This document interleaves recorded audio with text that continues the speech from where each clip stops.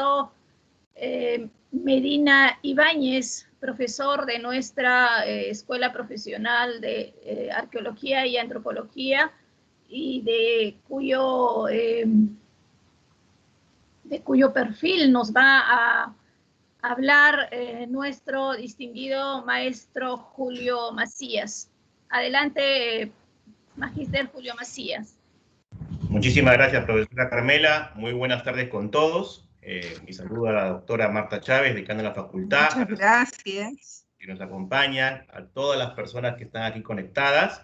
Soy arqueólogo de profesión, pero tengo el alto honor hoy día de representar a la especialidad de antropología, una especialidad muy querida por mi persona, y tengo a bien anunciar la ponencia del doctor Armando Agustín Medina Ibáñez, quien esta tarde ha tenido la gentileza de compartir con nosotros su experiencia.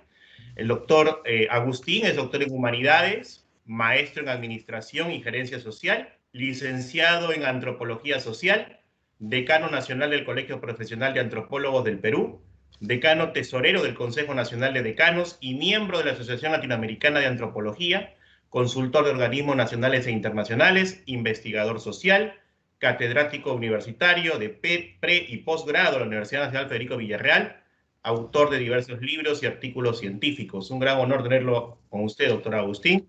Por favor, la sala es suya. Muchas gracias. ¿Me escucha, verdad? Sí, sí. ¿Ya? Sí lo estamos escuchando. En primer lugar, quiero agradecer a la Universidad Federico Villarreal y en especial a la Oficina de Grados y Títulos por promover este tipo de eventos que nos ubica en un contexto para reflexionar dónde se ubican nuestros profesionales y cuál es el reto que les toca enfrentar y sobre todo qué perfiles les tienen que desarrollar en estos tiempos que nos toca vivir con tanto cambio. Quiero agradecer a la doctora Marta Chávez, la decana de la Facultad de Humanidades, y que nos ha tenido el privilegio y el honor de invitarnos y participar en todo este evento, y a todos los integrantes de la comisión que vienen realizando el evento para promover este tipo de espacios académicos. Justamente cuando estaba tratando de pensar cuál es el nuevo campo laboral del antropólogo, surgieron a mi memoria varias cosas, porque yo sigo pensando que hasta el 15 de marzo de este año, el mundo fue una cosa, y del 15 de marzo para adelante, el mundo ya es otra cosa, es otra realidad. A veces nos cuesta aceptar que sea tan rápido, tan brusco, pero eso es así. Pues los cambios sociales, políticos y culturales a nivel global está sorprendiendo a los pueblos del mundo. Las dinámicas son tan vertiginosas que pocas veces nos dan tiempo de reaccionar. Y en ese campo vamos a darnos cuenta que los medios de comunicación, las plataformas digitales, han tomado el control de los seres humanos. Y estamos viviendo épocas de celulares inteligentes, computadoras inteligentes, autos inteligentes, pero de personas deshumanizadas. La sociedad está siendo monitoreada desde los satélites, bajo códigos establecidos. El Estado tiene controlado a su población bajo un sistema de registro nacional. Todos tienen un DNI. La economía se manifiesta bajo códigos numéricos y se desarrollan a través de transferencias bancarias mediante tarjetas plastificadas. Es decir, el metal o el papel que antes era símbolo de opulencia y riqueza, ahora es parte del pasado. Todo es virtual. Sin embargo, debemos precisar que el mundo está hecho de personas y no de cifras. Estamos viviendo épocas difíciles. Las pestes nos acechan. Los desórdenes climáticos están a la orden del día. Hoy, más que en ninguna época de nuestra historia de la humanidad, los desplazados por efectos del cambio climático se están incrementando y se están desplazando de un lugar a otro en busca de un refugio para poder sobrevivir. El problema no solamente es el coronavirus. El cambio climático está generando movilizaciones humanas tremendas, una desestabilización no solamente para las sociedades, sino para los estados mismos. Por tanto, tenemos una nueva convivencia social que está al acecho y no podemos acercarnos, visitarnos, socializarnos. La fragilidad del amor está llegando a sus límites, pues el ser humano, por su naturaleza, necesita de una palmada sobre el hombro para levantarnos el ánimo, o tal vez de un abrazo o un apretón de manos. Pues es decir, a través de estos gestos nos transmitimos, a decir de los especialistas, energías positivas. Pero hoy la nueva convivencia social eso nos prohíbe. Frente a ese panorama apocalíptico, desolador, surgen numerosas interrogantes. ¿Habremos llegado al fin de la condición humana? ¿La tecnología nos desplazará del planeta? ¿La inteligencia artificial nos desplazará al cerebro humano?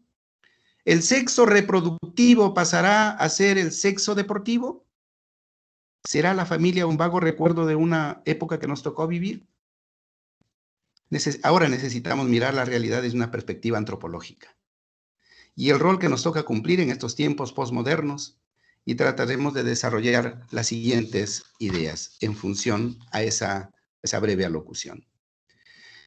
Pues la participación de los antropólogos en este nuevo escenario mundial, tenemos que empezar a reconocer una serie de situaciones que tenemos que reinsertarnos y reinventarnos. Y tenemos que proveernos de conocimientos y manejo de herramientas de la antropología aplicada. Hasta hace algún tiempo teníamos la antropología clásica, donde todos conocemos muchos de nuestros autores que nos han recreado con maravillosas etnografías. ¿Quién no ha leído los trabajos de Lévi-Strauss? Marcel, Bronislaw Malinowski, Margaret Mead, por mencionar algunos que son los más conocidos, donde justamente nos recrean con esa lucidez de asombro y admiración para comprender a poblaciones lejanas. Y hasta ahí hemos quedado con muchas teorías epistemológicas y teóricas, que esos han sido las bases, la matriz de la conformación de lo que es propiamente el fundamento antropológico en el cual nos basamos en nuestra formación profesional. Sin embargo, de un tiempo acá, hoy la antropología tiene que ser útil para resolver problemas. Y a eso nosotros le llamamos la antropología aplicada. Y es decir, necesitamos de un antropólogo que tenga capacidad de emplear los conocimientos de la investigación antropológica y del orden académico, pero para promover el cambio social y cultural. Y para ello, hoy más que nunca los antropólogos, en primer lugar, debemos empezar a desarrollar nuevas competencias. Voy a tratar de enumerar algunas de ellas que voy a poner a consideración de los colegas que están en el campo de la antropología, que tienen que empezar a desarrollarlas con mucha fuerza y con mucho entusiasmo si es que queremos insertarnos en el mundo laboral, que ahora más adelante voy a explicar el por qué. Por ejemplo, tenemos que empezar a desarrollar las habilidades blandas. Por suerte, ese está dentro del lado de las humanidades, pero aún todavía nos falta recrearlas. Tenemos que desarrollar las capacidades de iniciativa, porque los antropólogos tenemos no solamente que identificar el problema, sino tenemos que tener capacidad de desarrollar propuestas, de interpretar un problema para reflexionar y cambiar. La creatividad y la innovación, es decir, nosotros ya no estamos para descubrir nada, simplemente lo que queremos es innovar. Como dice en el libro de Eclesiastes en la Biblia, no hay nada nuevo bajo el sol. Es así como tenemos que empezar a mirar el mundo para transformar, ser una herramienta de cambio. Ya no solamente podemos estar al servicio de la colonia como en aquellos orígenes de la antropología, que fue una ciencia destinada para poder ser utilizada por las colonias, por los colonizadores en su momento, sino ahora tenemos que ser una herramienta de cambio. Ya debemos dejar ese lado romántico de la antropología que está buscando el eslabón perdido. Hoy necesitamos ser propositivos. Y eso parte de la creatividad y la innovación. Es decir, atentos hacia el mundo. Hay que empezar a mirar el mundo para poder interpretar y comprender desde allí las innovaciones. Debemos fortalecer nuestra escucha activa y la comunicación efectiva, porque fundamentalmente los problemas y la identificación de ellos está en la gente misma. Porque no hay nadie mejor que sabe la solución a sus problemas, aquel que la vive. Un antropólogo que ya de por sí es una persona que interactúa de manera potente con su interlocutor, creo que es el que tiene la mayor capacidad, la mayor competencia de poder arrancar sus propias soluciones. Y eso elevarlo en propuestas técnicas para que sean un aporte para el desarrollo de las sociedades, de las familias y un país. Debe tener una flexibilidad al cambio y al manejo de incertidumbres. Por esto mismo, vuelvo a reiterarme, hasta el 15 de marzo, el Perú y el mundo era una cosa, las profesiones eran una cosa, pero del 15 de marzo en adelante ya no estamos hablando del mismo mundo. Por eso a mis alumnos, cuando a veces yo les enseño a los de 10º ciclo y a veces hablo de sus tesis, les digo, chicos, los que estuvieron haciendo tesis con temas del 15 de marzo para atrás, déjenlo ahí en el baúl de los recuerdos como bonitos temas de investigación. Pero del 15 de marzo para adelante ha venido una guadaña y nos ha marcado un zanjón tremendo. Y donde ahora tenemos que mirar el mundo con otros ojos porque la pandemia, un pequeño virus, ha transformado el mundo y ahora hay que verlo desde una nueva perspectiva. Y necesitamos que desde que están en los últimos ciclos de las carreras de antropología, empiecen a mirar el mundo en ese proceso de transformación para llevar una antropología aplicada y propositiva. Y algo interesante que debe desarrollar todo antropólogo es el aprendizaje continuo, porque nosotros nunca debemos desmayar. La antropología es una ciencia que estudia al hombre. Por tanto, si estudiamos al hombre, tenemos que estudiarlo en todo su proceso evolutivo. Desde aquel hombre que fue el primer hombre que estaba en los lugares cavernícolas hasta el hombre que ha viajado a la luna, en todo ese tránsito tenemos que acompañarlo. Y hoy nos toca aprender en esos nuevos escenarios otras herramientas para entender al hombre. Y obviamente trabajar con mucha responsabilidad, porque ese es el nuevo reto que nos asume la nueva sociedad. Ser responsables. Con este nuevo trabajo a domicilio y con las nuevas tecnologías, ya no tienes a un jefe encima que te está controlando si entras o sales, si tienes el horario de marcada o salida. Ya no estás con un jefe que te está mirando si estás haciendo la tarea o no. Ahora la responsabilidad es tuya. Porque ahora tienes que asumir tu compromiso de que cumples con un trabajo dentro del tiempo y el plazo establecido. Y eso significa responsabilidad. Pero por un lado es cumplir con el jefe, pero por otro lado es la responsabilidad y la ética que tienes cuando pones tus conocimientos al servicio de los demás. Hay que saber utilizar adecuadamente el conocimiento. El conocimiento es bueno en la medida que haces útil a los demás. Yo digo que el conocimiento es similar a un cuchillo. Un cuchillo te sirve para trozar la carne y degustar tus deliciosos alimentos, pero ese mismo cuchillo puede convertirse en un temeroso puñal. Todo depende cómo lo uses. Igual que ocurre con el conocimiento. El conocimiento es muy bueno en la medida que hacemos al servicio de nuestra gente para poder ayudar a mejorar su calidad de vida. Por eso ahí debemos de trabajar con mucha responsabilidad. Y obviamente todo esto es la solución de sus problemas.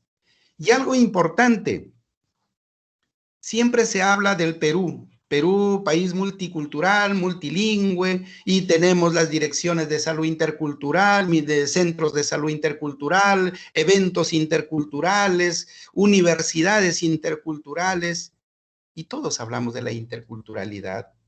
Pero para entender la interculturalidad, primero tenemos que entender que los seres humanos por naturaleza somos plurales, somos diversos, somos multiculturales. Y en ese sentido, nuestro país, para centrarnos propiamente en nuestro espacio territorial, vamos a darnos cuenta que en nuestro país conviven 55 nacionalidades y se hablan 48 idiomas en el Perú, que eso fue de acuerdo al Ministerio de Cultura. Entonces, la gran pregunta que surge es, ¿qué profesional de las universidades privadas o públicas están preparados para trabajar en el Perú? ¿Cuántos de ustedes saben hablar machiguenga, matsés, iro, yanesha, aguajún, guampís? ¿Quién está preparado para trabajar con una población machiguenga? O tal vez con una población de cualquiera de la Amazonía, quechuas, aymaras. Y se dan cuenta que encontramos que ahí estamos en una falencia tremenda. Y eso se llama trabajar con las humanidades, porque el fin supremo y el principio supremo de toda condición humana es la comunicación. Por tanto, si usted no sabe hablar ninguno de esos idiomas, yo diría que no está preparado para trabajar en el Perú. Y fundamentalmente, cuando hablo del antropólogo, el antropólogo debe de saber los idiomas. Primero, sí o sí, tienes que saber manejar tu inglés. ¿Por qué? Porque hoy tú eres parte de un mundo global, no te puedes alejar del mundo. El mundo es eso. Hoy interactúas, ya no hay fronteras. Entonces necesitas dominar tu inglés. Y si puedes un idioma extranjero adicional, mejor, porque ahora dicen que hay que saber también el chino mandarín, porque todas las condiciones económicas se van a transar o se van a realizar a través de esos idiomas. Pues bueno, hay que estudiarlo. Pero mientras estés en el Perú, la sugerencia es que todo antropólogo tiene que conocer mínimo siquiera 2 o 3 idiomas del Perú. Porque el antropólogo es aquel profesional que se va a refundir a trabajar en el corazón de la Amazonía o tal vez en las más lejanas alturas de nuestra patria. Y probablemente muchos de ustedes, de mis colegas que estarán escuchando, dirán, bueno, pero yo me voy a especializar en antropología urbana y me voy a quedar en Lima. Yo no pienso ir a trabajar ni a la selva ni a la sierra. Pues te equivocaste, mi amigo. Porque mira, nomás atrás del Palacio de Gobierno tienes a una población amazónica. Tenemos a los Shipibo-Conibo.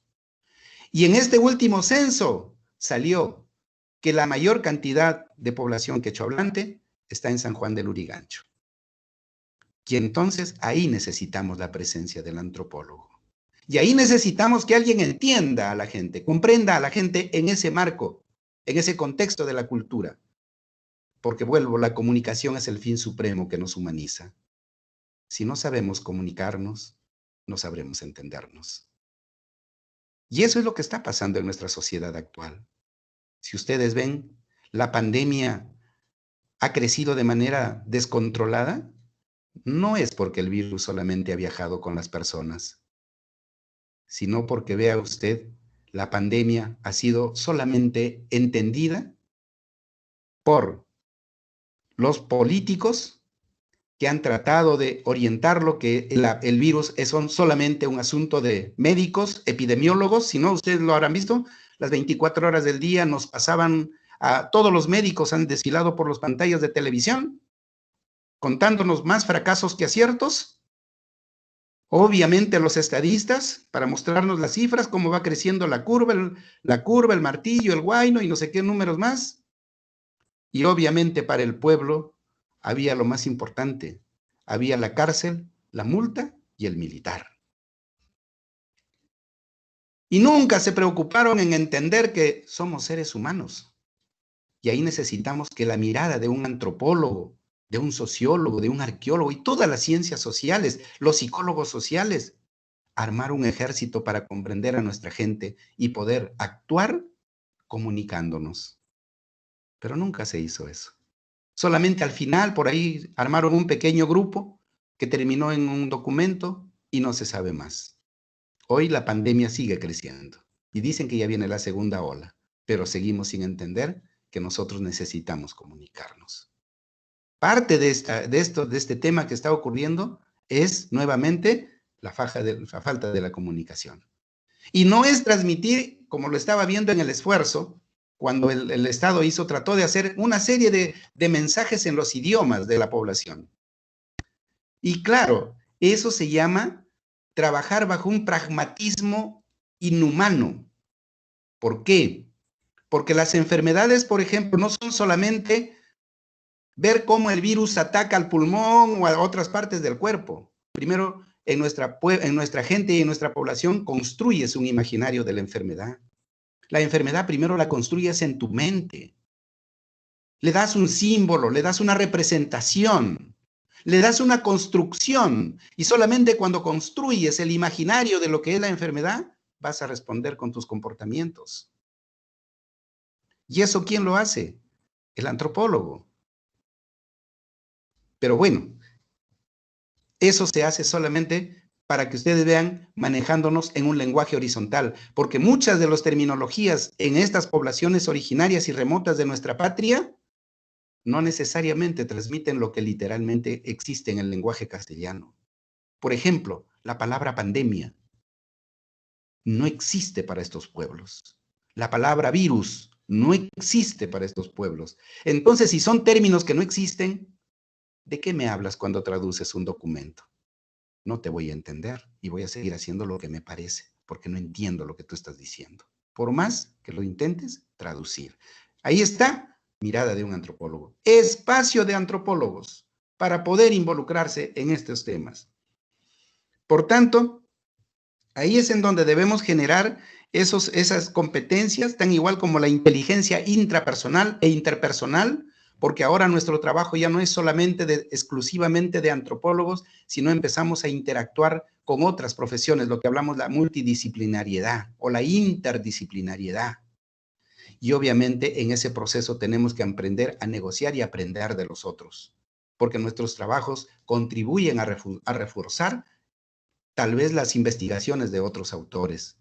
Por ejemplo, a los que hacen estadística, nosotros le podemos dar esa dosis de humanismo a los números, porque caso contrario, esos números seguirán soportando martillazos, pero nunca bajarán, porque sencillamente están atacando a un número.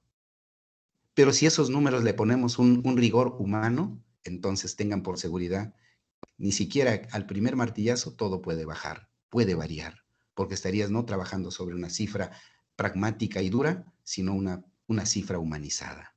Y eso necesitamos trabajarlo, no solamente desde la antropología, sino desde las ciencias humanas. Ya algunos días conversábamos con la doctora Marta, que a veces es un placer hablar con ella, y cómo reflexionábamos sobre esta falta del humanismo. Hoy las humanidades deberían de estar a la vanguardia, y el señor presidente de la República no debería estar rodeado solamente de brillantes epidemiólogos, sino fundamentalmente de humanistas, para que ayuden a equilibrar esa balanza y podamos tener un trabajo más compartido. Porque recuerden, el ser humano es pensamiento, sentimiento y acción. En esa triada trabajamos y hay que entenderlo así. Y ahí está el rol de los antropólogos. Pero no solamente es esa parte bonita y que parece media romanticona, ¿no?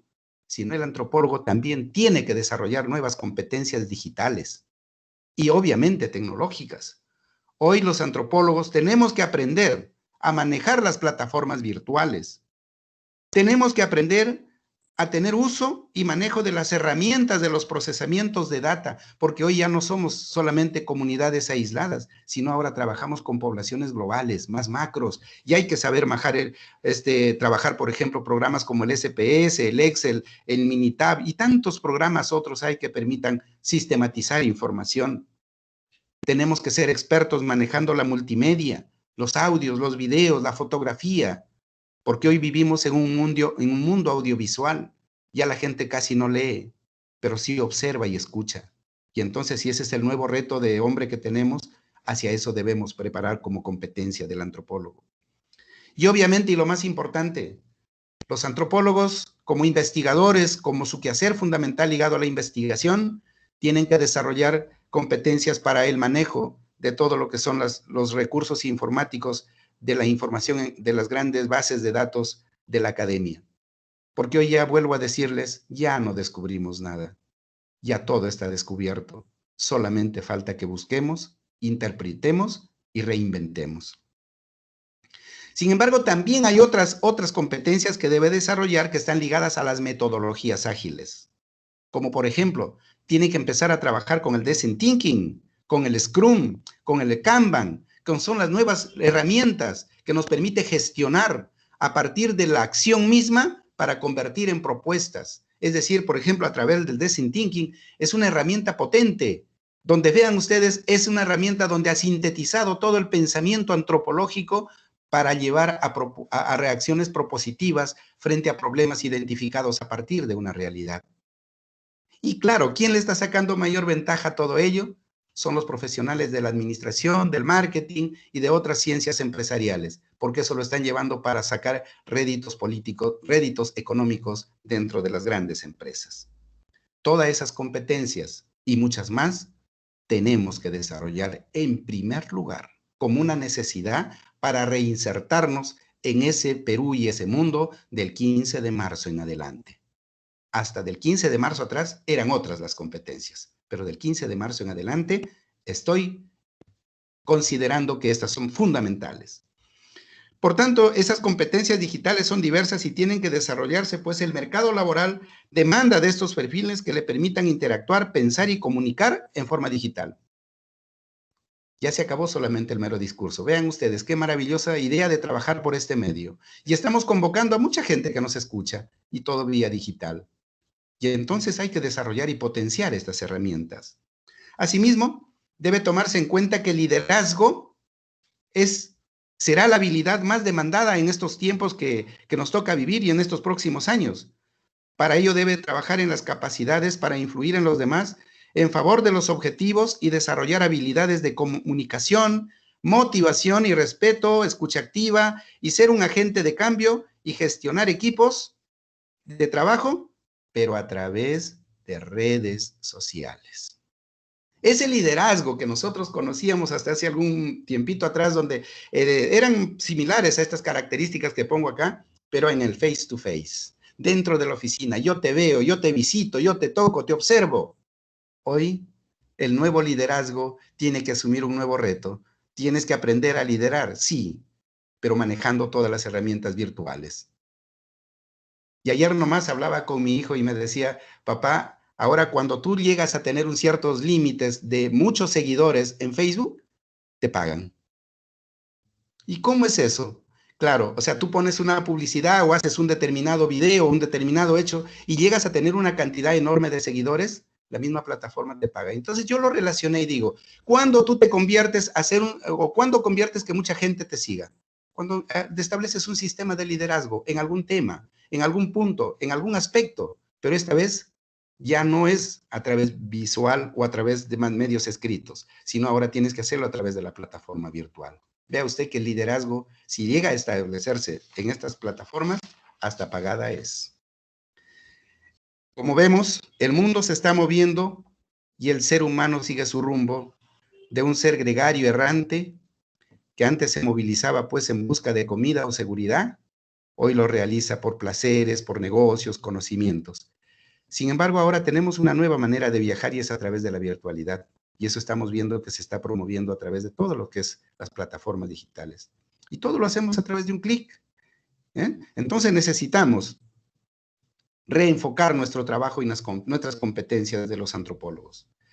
Y entonces ahí viene una situación que nosotros decimos, podrá llegar la tecnología, las cosas inteligentes, las distancias se acortarán, la ciencia será pragmática, nos sorprenderá, pero lo que nunca va a superar nuestra condición es nuestra condición humana. Nunca vamos a superar eso porque nosotros siempre vamos a necesitar de otras herramientas que nos permitan humanizarnos. Es ahí donde necesitamos echar mano de la antropología y otras ciencias humanas. Por un lado, tenemos que la realidad no es solamente números ni máquinas.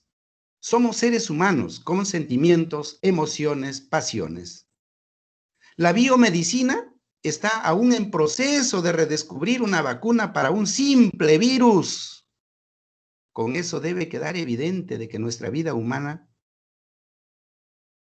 a pesar de que el hombre ha llegado a la luna y de haberse desarrollado tanta tecnología virtual y ha borrado todas las fronteras, ya creemos que somos una especie superada.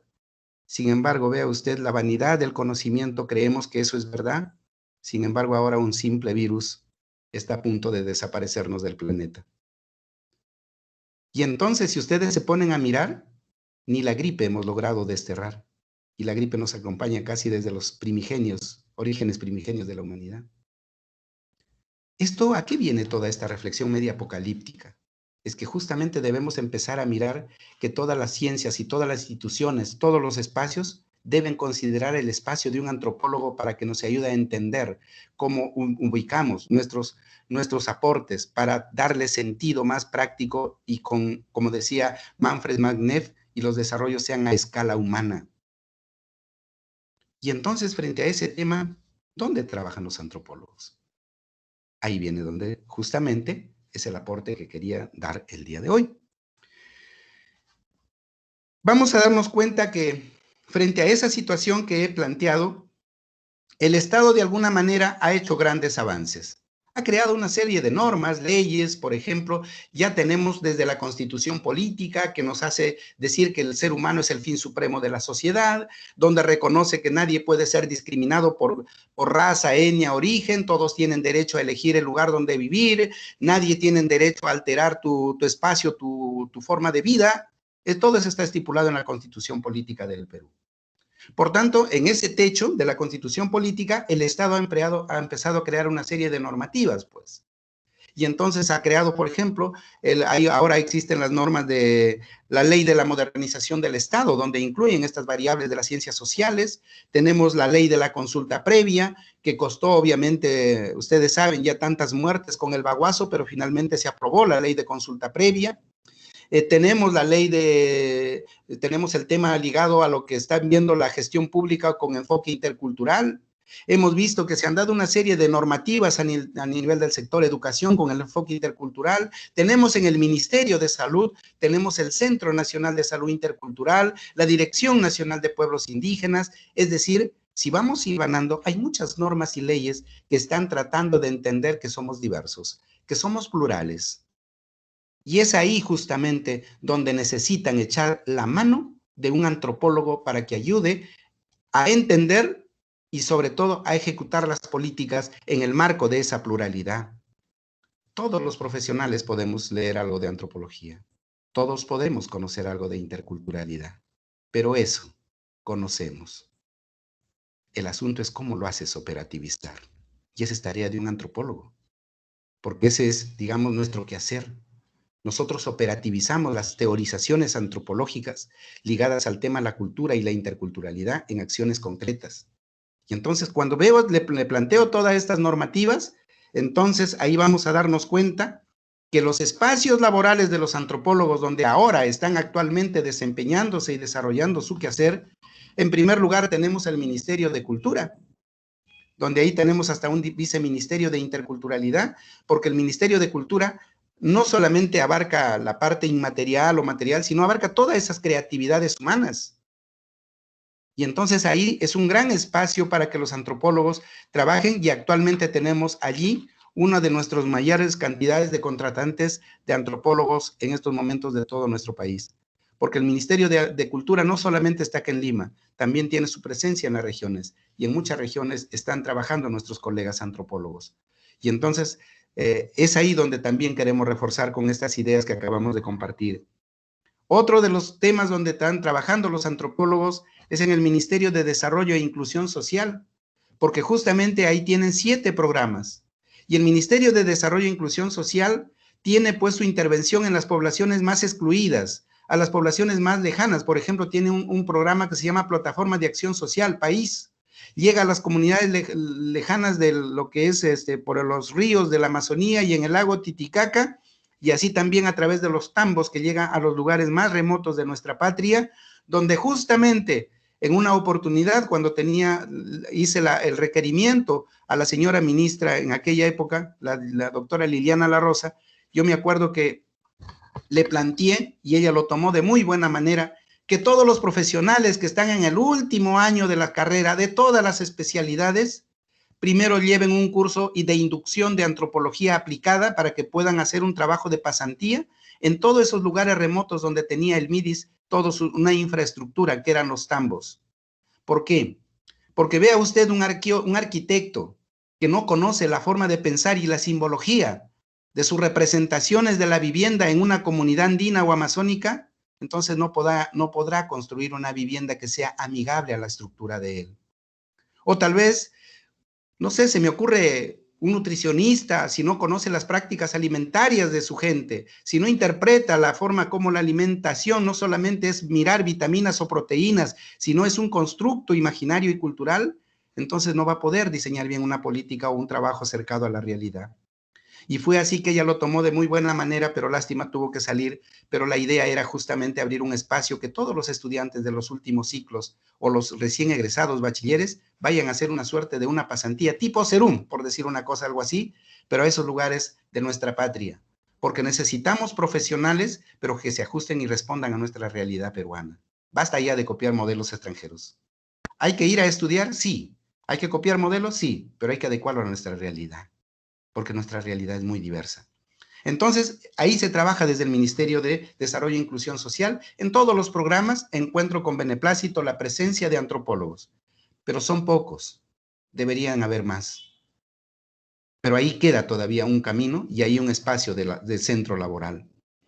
El otro ambiente donde se está trabajando y hay una cantidad de antropólogos interesantes es en el Ministerio de Ambiente, el Ministerio del Medio Ambiente.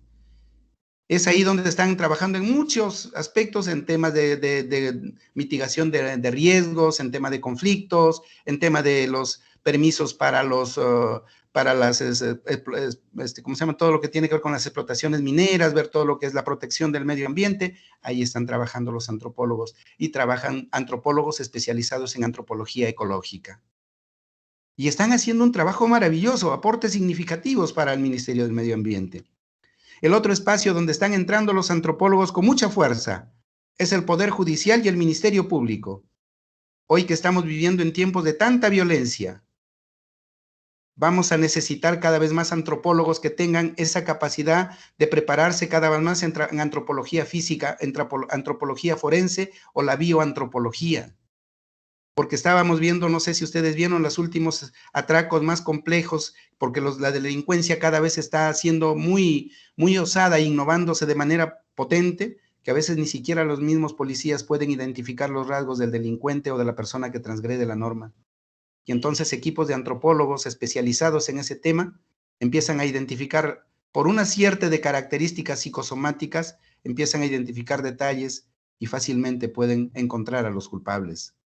Entonces, o en todo caso, estamos hablando de personas que son trituradas, con rasgos muy extremos, y los antropólogos entran a tallar con los conocimientos de la antropología física y forense, y ahí están trabajando. O tengo un grupo de antropólogos que también trabajan en el servicio de inteligencia, en la policía, y en muchas instituciones dentro del Ministerio Público, están trabajando, todos al servicio de nuestro país. En el Ministerio de Educación, a través de todo lo que son las plataformas de educación intercultural, ahí también hay un nuevo espacio para los antropólogos, a través de la educación bilingüe intercultural. Y hoy que estamos enfrentando este tiempo de pandemia, y tal como mencionaba líneas arriba, del 15 de marzo en adelante, hoy necesitamos más que nunca adaptar todas esas nuevos conocimientos a esas nuevas realidades bajo una nueva plataforma. Entonces, ahí nuevamente se abre un espacio gigante para el antropólogo, para poder entrar y especializarse en el campo de la educación, mirada desde una perspectiva intercultural o un enfoque antropológico. En el Ministerio de Vivienda también tenemos antropólogos que están trabajando en el saneamiento rural, en los municipios, en los gobiernos regionales, en los Institutos Nacional de Estadística, en las Fuerzas Armadas y etcétera, como les hacía referencia. Pero no solamente quedan ahí, también tenemos un grupo de antropólogos trabajando en la PCM, en la Oficina de Tratamiento de Conflictos Sociales, por mencionar algunas instituciones del Estado. Pero no solamente el antropólogo se desempeña ahí. El campo privado también es potente. Ahí tenemos, por ejemplo, empresas constructoras que están contratando a muchos antropólogos, los que hacen edificios en Lima, los que están haciendo canales de riego y una serie de actividades de la parte de la construcción. Están trabajando ahí antropólogos. En las empresas mineras tenemos muchos antropólogos también y están demandando de antropólogos, pero que tengan cierta especialización, por ejemplo, en manejo de conflictos, donde tengan el conocimiento de la realidad. Y ahí viene usted, si no ha desarrollado sus competencias lingüísticas, podrá salir un excelente proyecto en la Amazonía o en la zona del Ande, pero si no sabes hablar el idioma del lugar, entonces por muy buen académico que seas, no te podré contratar. ¿Se dan cuenta? Por eso es que tenía un poco que ver con las nuevas competencias que tiene que desarrollar el antropólogo. También el otro día me sorprendía una colega cuando yo fui a un banco a hacer una gestión y me derivaron a una señorita, a una ejecutiva, pero demoraba en que me atendiera. Y en eso vi a una señorita en una oficina y me acerqué a saludarla y hacerle una consulta muy puntual. Y por curiosidad y cosas de la vida, no sé por qué, tal vez un instinto, le digo, señorita, discúlpeme, ¿usted qué profesión tiene? Me queda mirando y me dice, yo soy antropóloga. No sabía si me estaba diciendo la verdad, no salía yo de mi asombro. Y la primera cosa que surgió, y no supe qué preguntarles, ¿y qué hace un antropólogo en un banco? Yo pensé que era una secretaria, pero cuando vi que ella estaba arriba en los lugares donde atienden a las personas VIP, creo que le llaman, no podía ser una simple secretaria. Y entonces surgió mi preocupación. ¿Y usted qué cosa, qué cargo tiene usted acá? Ah, me dice, yo soy la jefa de todo lo que tiene que ver con créditos de las MIPES y las pymes. ¿Cómo? ¿Pero usted ha estudiado economía, administración? No, me dice, yo soy antropóloga, pero me especialicé en antropología económica. Pucha, ahí me tuve que presentar y la felicité y fue muy breve lo que conversamos, pero en lo que pude conversar, ella me comentó que dentro de los bancos hay antropólogos que están trabajando y se están especializando en todo lo que es finanzas, en todo lo que es el manejo de empresas. ¿Por qué? Porque tenía razón, pues, porque cómo yo puedo identificar las competencias de una persona para poder hacer un crédito, para ver si realmente el dinero que te voy a dar lo vas a hacer producir. Porque aquí no se trata de darte dinero por el dinero, sino que yo tengo que evaluar tus competencias. ¿Cómo evalúo las competencias de un agricultor que me está pidiendo préstamo para que compre tal vez unas vaquitas o unos carneros o unas llamas? Hay un economista, dudo que lo haga también. Y entonces, por ejemplo, como estamos hablando de MIPES o pequeños emprendimientos, entonces ahí necesitaban de un antropólogo que tenga agudeza dentro de ese campo, pero que maneje el espíritu del crecimiento empresarial. Es un campo que se abre. El sector comercial, los retail. ¿Ustedes creen por qué, por ejemplo, tienen a Megaplaza, Open Plaza y por tantos lugares de los conos? ¿Por qué se han ido ahí? ¿Porque solamente los economistas han mirado las cifras, los manejos económicos? No, señor, porque ahí han trabajado equipos de antropólogos para identificar los niveles de preferencias, los gustos, y en torno a ello, complementando a lo que decían los economistas en las cifras y en los números, llegaron a establecer con una estrategia exitosa en todos estos centros comerciales. Entonces, los antropólogos también han empezado a incursionar en esos espacios empresariales para incorporar nuevos conocimientos de la antropología, porque vuelvo a decirles, la antropología es la ciencia que estudia al hombre, y el hombre es una práctica, desarrolla una serie de prácticas culturales que hace un estilo de vida. Y quien comprende el estilo de vida del otro, con seguridad va a tener éxito, porque siempre te voy a dar lo que tú necesitas. Eso es lo que interesó a ellos. Bueno, están trabajando allí. Y bueno, finalmente son las ONGs. Finalmente, para ir terminando estos primeros aportes desde la antropología, solo quiero decir que el antropólogo es un profesional que hoy más que nunca necesita ser incorporado en todos los sectores. Hoy más que nunca, la mirada antropológica es fundamental para el desarrollo de la sociedad y sobre todo para llevar a un principio de la humanización de todo este desarrollo tecnológico, económico o este mundo global que está amenazado por una pandemia, pero que creo que necesitamos volver a mirarnos dentro de nuestras formas de pensar, de sentir y de actuar. Muchas gracias. Muchas gracias, doctor Armando Agustín. Una extraordinaria exposición. Si hubiera, por favor, alguna pregunta para nuestro panelista.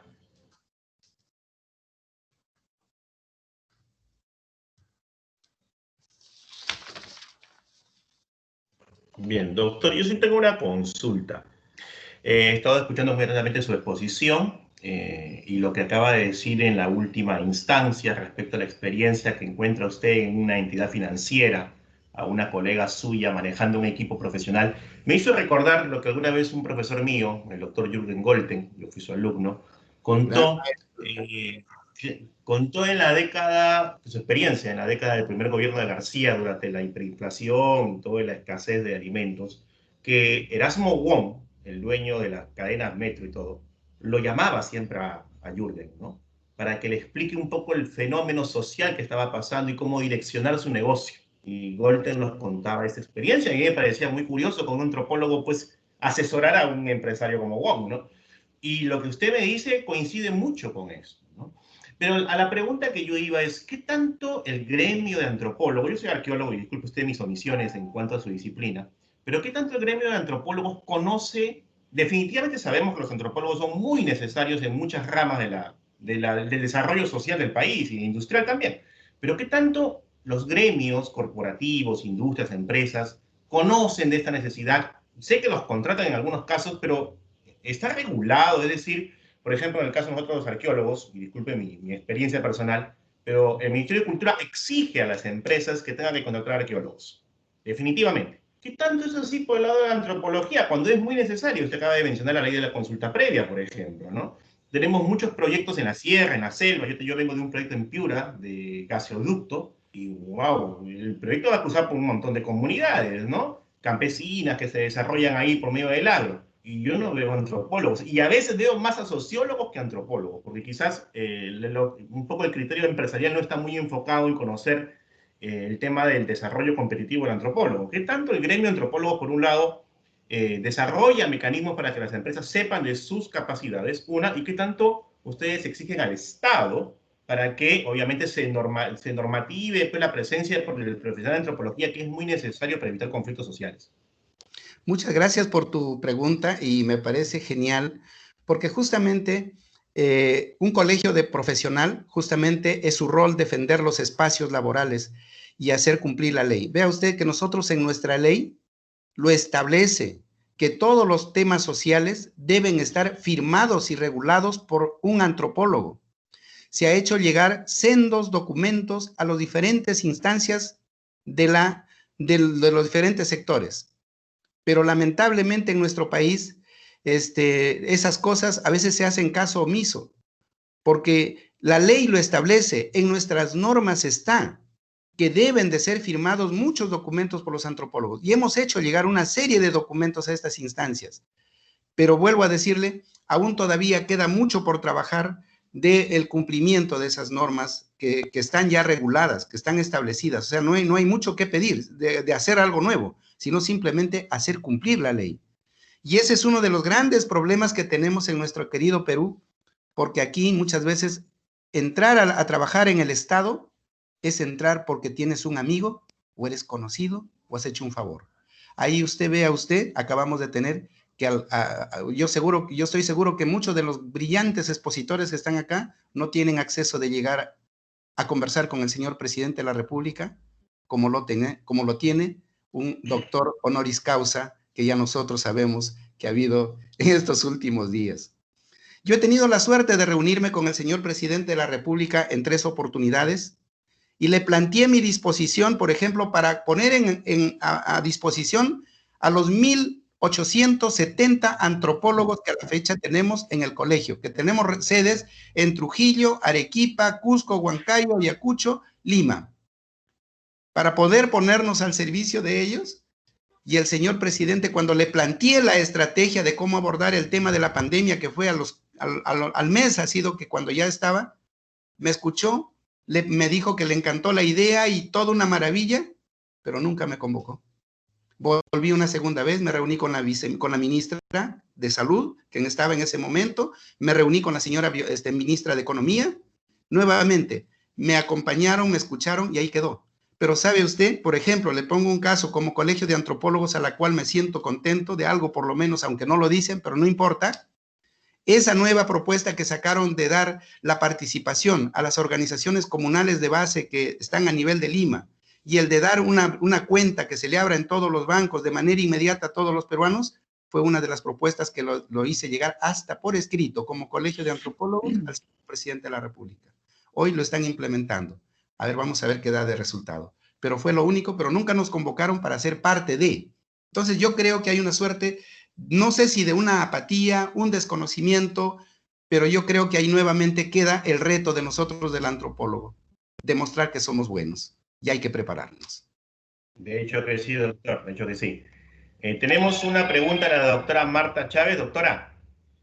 Sí, ¿cómo están? Muy buenos días con todos ustedes. Doctor Armando Agustín Medina Ibáñez, reciba usted mis felicitaciones. En esta primera feria laboral de empleabilidad, la verdad que acabamos de escuchar una cátedra que nos lleva a un terreno mucho más allá de lo que teníamos nosotros, los conocimientos, pero todo ha cambiado, como usted lo acaba de indicar.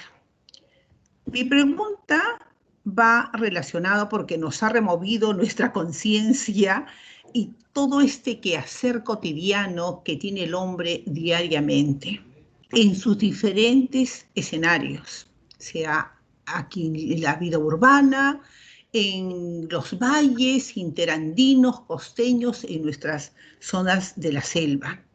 Pero estamos nosotros a puertas del bicentenario.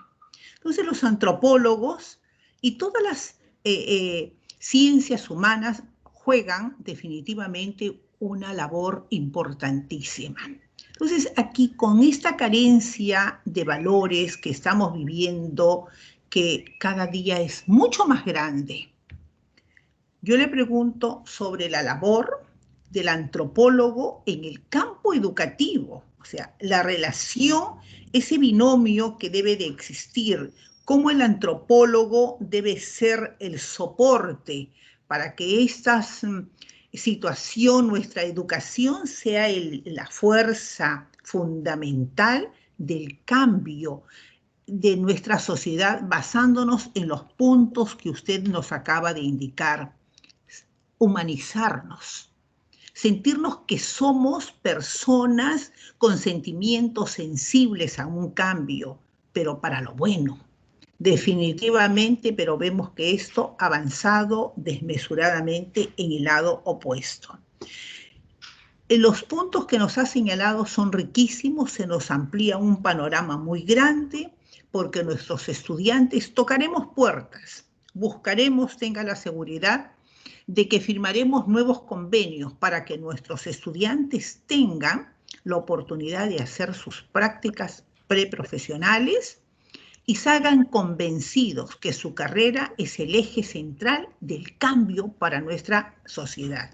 Muy bien, esa era mi pregunta y muchísimas gracias. Doctora Marta, le agradezco mucho por su pregunta y creo que sí, pues comparto. Ojalá si eso empezamos a trabajarlo para lo de las pasantías, con toda seguridad que será un gran aporte, no solamente para una profesión, sino para todas las profesiones de las ciencias humanas. Porque sencillamente si logramos hacer lo que ese fue en su momento una buena idea probablemente, pero no se concretó por motivos diversos, pero creo que podríamos retomar conjuntamente como universidad que todos nuestros estudiantes deben hacer una pasantía en alguna región de nuestra patria. Porque vea usted, yo estoy casi convencido, si no es al 90%, tal vez al 100%, que todos los que están acá presentes, ¿cuándo han conocido el Perú? ¿Cuando estaban en la universidad? ¿Cuando estaban en el colegio? No, señor. Cuando le tocó ir a trabajar a la Amazonía y de pronto se encontró que habían unos chunchos que hablan un idioma diferente, se visten con plumas, o se fue por allá por el sur y encontró unos con polleras multicolores y que hablan medio raro, y ahí se dio cuenta que habían poblaciones diversas. Y solamente a partir de ahí empezó a darse cuenta que el Perú es otra cosa. Mientras tanto, nosotros en los ámbitos académicos seguíamos enseñando modelos traídos del otro lado del mundo, nunca pensados en nuestra gente y en nuestra realidad. Entonces, yo creo que si eso lo toma, doctora, lo saludo, lo felicito y creo que eso sería un gran aporte de la universidad en aras y en rumbos al bicentenario. Eso sería un gran aporte, un gran consolidado, que eso se convierta, no solamente para la Universidad Villarreal, sino para todas las universidades de nuestros países, para que podamos generar el conocimiento que se ajuste a nuestros espacios plurales. En relación a la educación, yo creo que hay dos cosas que hay que considerar. Por un lado, hay que hablar de la educación y por otro lado es de la formación. Yo creo que la educación todos lo tenemos desde que estamos en casa. Nuestros abuelos en el campo nos enseñan los valores a partir de nuestros cuentos, de nuestras historias y de nuestras formas de vida, ligados al tema de todo lo que tenemos en nuestra realidad. Conocer las plantas, conocer los árboles, conocer los ciclos agrícolas, manejar las frecuencias de los ríos, las correntadas, los vientos, o tal vez manejar los ciclos, como le llaman ellos, que son ventosos o que traen pestes. Conocer qué plantas debemos sembrar o qué plantas no debemos sembrar, cómo debemos desarrollar nuestros cultivos asociados, cómo debemos y cuándo debemos entrar a que nuestros animalitos entren a un sistema de engorde. Eso se llama trabajar contemplando una realidad y aprender una educación en la práctica. Entonces la educación va ligada, vean ustedes, a una parte, si queremos llamarle técnica, pero por otro lado tenemos a una práctica en la formación de valores.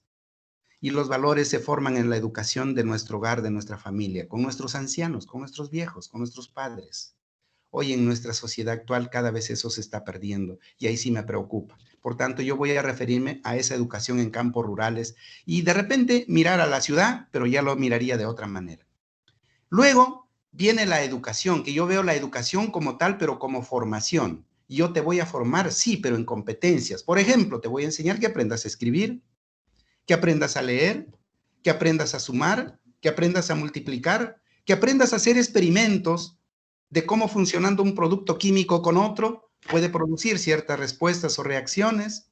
Entonces yo te formo y te voy a formar en competencias. Yo soy de las personas que está convencida que los profesores en la universidad se deben ir y se deben ir para siempre. Porque basta ya de profesores, porque los profesores eran los que anidaban verdades eternas. Yo les llamo a ellos los grandes dinosaurios porque justamente creíamos que las verdades salían de nuestra cabeza para los demás. Y entonces nos hacíamos sentir como verdaderos profesores, pues. Y siempre transmitíamos a los chicos conocimientos. Hoy esas cosas ya cambiaron. Hoy debemos ser lo que llaman en el mundo moderno coaching. Es decir, debemos acompañar que los mismos alumnos se empiecen a transformar. Ellos descubran su verdad, ellos descubran su conocimiento, ellos aprendan a hacer las cosas. Claro que eso cuesta. Cuesta, a los chicos no les va a costar. Ellos quieren un profesor, porque el profesor probablemente es aquel que te va a poner la nota, el que te va a evaluar si aprendiste de memoria el concepto o no. Pero eso en la vida práctica creo que está cambiando. Hoy lo que necesitamos es que los chicos empiecen a construir verdades, a descubrir verdades. Eso se llama hacer investigación y eso se llama ciencia y eso nos llevará a la transformación. Entonces nosotros debemos asumir el nuevo rol de coach, así como mirando deportivamente. Nosotros debemos ser como un Gareca, que estamos desde la plantilla, desde el escenario, que tenemos nuestra experiencia acumulada mirando que nuestros alumnos van caminando por la ruta de la vida y les vas orientando dónde se están equivocando. Y siempre hay que tratarlos con firmeza, porque a veces la blandura hace que el chico se acostumbre a que los trate siempre con esa ternura y piensa que el mundo es así. Y cuando tú sales a la realidad es otra. La realidad nos abofetea. La realidad es una competencia, la realidad es una lucha y entonces hay que prepararnos para eso. Y entonces cuando hablo de la nueva educación, creo que la universidad y todas estas cosas que estamos conversando deben de servir como un nuevo espacio para que desde la antropología podamos surtir con todas esas experiencias de las nuevas formaciones y de las diversas competencias que tienen en nuestras diversas poblaciones andinas y amazónicas, para transferirlos al Ministerio de Educación y ellos los conviertan en documentos propiamente educativos, bajo ya las lógicas y las metodologías propiamente pedagógicas. Pero para que el Ministerio de Salud haga lo que tiene que hacer, yo creo que debe de ser primero validado por una mirada de un antropólogo, porque vuelvo a decirles, no se trata de traducir una palabra al lenguaje del otro. Recuerden, la comunicación o el lenguaje es una abstracción, un constructo de una realidad y nosotros vamos a comunicar algo en la medida que comprendemos el hecho y a partir de ese hecho le damos un sentido a la palabra. Nosotros somos contextuales.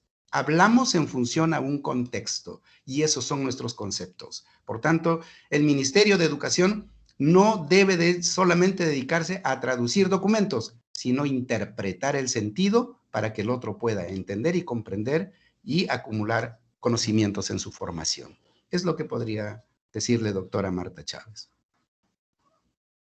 Muchas gracias, una respuesta bastante contundente, amplia, y agradecerle nuevamente por la atención que ha tenido en esta primera feria, que es muy valiosa para nuestra facultad en estos momentos, pero que todo es posible, difíciles, entre comillas, pero todo es posible gracias al sistema virtual. y que usted nos ha engalanado con esta excelente exposición que sin duda los visitantes que tenemos en la plataforma saldrán pues muy felices de haberlo escuchado. Pues dejo paso a la persona que le corresponde y le deseo a usted unas muy buenas tardes. Muchas gracias, doctora. A usted por haberlo escuchado y haber estado con nosotros, lo mismo a nuestro magíster Julio Macía. Muchas gracias a usted, al doctor y a la universidad, y nuevamente felicitarlos y espero que esta no sea la primera reunión, sino deberíamos tal vez hacer más reuniones porque ameritamos reflexionar de manera colectiva sobre estos nuevos retos de los profesionales de todas las ciencias sociales y las humanidades en nuestro país. Nuevamente, exactamente. Muchas gracias. Le tomamos la palabra, doctor. Gracias. Gracias. Bien, agradecemos al doctor Armando Agustín Medina Ibáñez por su extraordinaria exposición. Muy agradecido, doctor, en nombre de la Facultad de Humanidades. Y damos paso a la profesora Carmela López, que es para la Oficina de Grados y Títulos, para que pueda cerrar este primer bloque. Muchas gracias. Gracias. Muy amable, doctor Macías. Muchas gracias, doctor Armando Medina. Muchas gracias a todos los que nos han acompañado esta fructífera mañana. En la tarde toca a las especialidades de literatura, filosofía y lingüística. Deseamos igualmente contar con la compañía de ustedes. Damos por cerrada esta primera media jornada de la primera feria laboral y de empleabilidad virtual UNFB 2020. Muchas gracias a todos. Los esperamos a las 2 de la tarde para retomar nuestras sesiones y a nuestros amigos de las redes sociales. Igualmente, a las 2 de la tarde en punto nos volvemos a conectar. Muchas gracias. Gracias, muy amable. Muchas gracias, licenciada Carmela Florencia López, por su atención, por su presencia, y estaremos aquí nuevamente reanudando dentro de breves minutos. Muchas gracias.